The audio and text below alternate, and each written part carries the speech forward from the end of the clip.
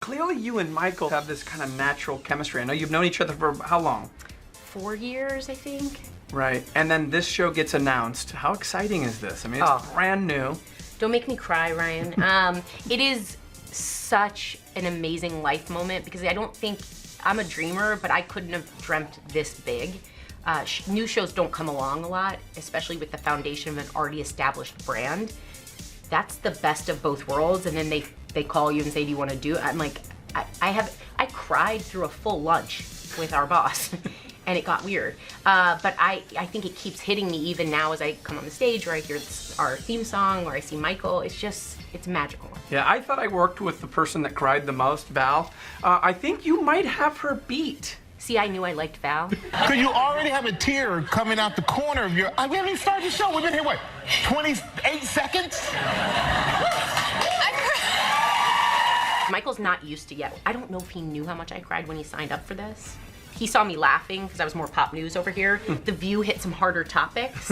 The ladies saw me in a ball crying. So Michael, I was like, don't let him see me crying until he's signed on the dotted line because I need to know we're in. How different is the dichotomy from The View when it's all women and the topics are much different than going to one co-host who is male? It's almost like apples and oranges. I think it was such an honor to sit at an iconic show like The View, but also to explore the more cerebral subjects. That's just as much a part of all of us.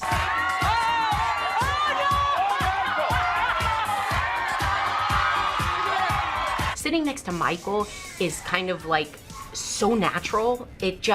We play off each other. We genuinely admire each other and love each other. So you know someone has your back, you can just play. He laughs at jokes that only my mom laughs at. So he's clearly a good audience. And that just encourages me to keep making bad jokes. So you both have very busy lives. We know he's got 8 million he's jobs. Much busier. Well, you have a pretty busy life too. I mean, you got kids. 2 young ones. Yeah. Everything you do seems to go pretty fast. Meteoric rise in TV.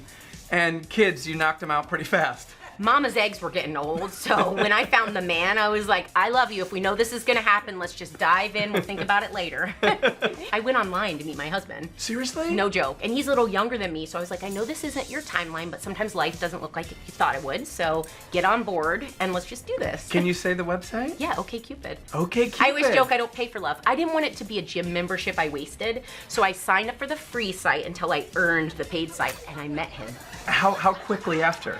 Well, he was the 3rd guy I met. I liked the 2nd one, he never called, so that worked out well. Oh yeah, what's his name?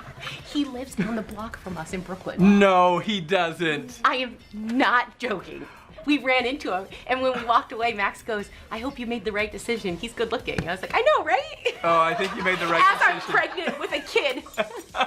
I think it all worked out. Life moments. Yeah. Obviously, people know Michael really, really well, right? He's been around a long time. People are still getting to know you. You're a Midwest girl. Yep. Newton, Iowa? Newton, Iowa.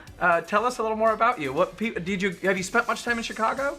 Oh, okay, so when I went to college in the Northeast, everyone would say they were from the city. And I said, oh, which one?